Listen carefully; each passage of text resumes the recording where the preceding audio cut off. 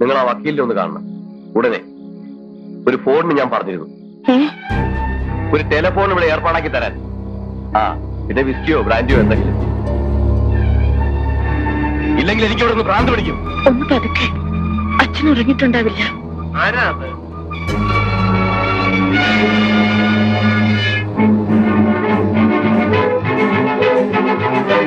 ആരാ ഇരുട്ടത്തേക്ക് മാറിയത്? പറയ്. അച്ഛാ, ഞാൻ കേട്ടു ഒരു ആണിന്റെ ശബ്ദം. അത് എന്നോട് ക്ഷമിക്കൂ അച്ഛാ. മോളെ, പ്രായം കവിഞ്ഞിട്ടും പെൺകുട തരാവാതെ നിൽക്കുന്ന നിനക്ക് ഒരു പുരുഷനുമായി ബന്ധപ്പെടാൻ മോഹം ഉണ്ടാവും. മനസ്സ് നിയന്ത്രിച്ചാലും ശരീരം കൊതിക്കും. ഇല്ല അച്ഛാ, എന്നെ തെറ്റിദ്ധരിക്കരുത്. പിന്നെന്താ ഞാൻ കണ്ടത്? ദിവസവും നേദിക്കുന്ന ശീലകത്തിന്റെ മുമ്പിൽ വെച്ച്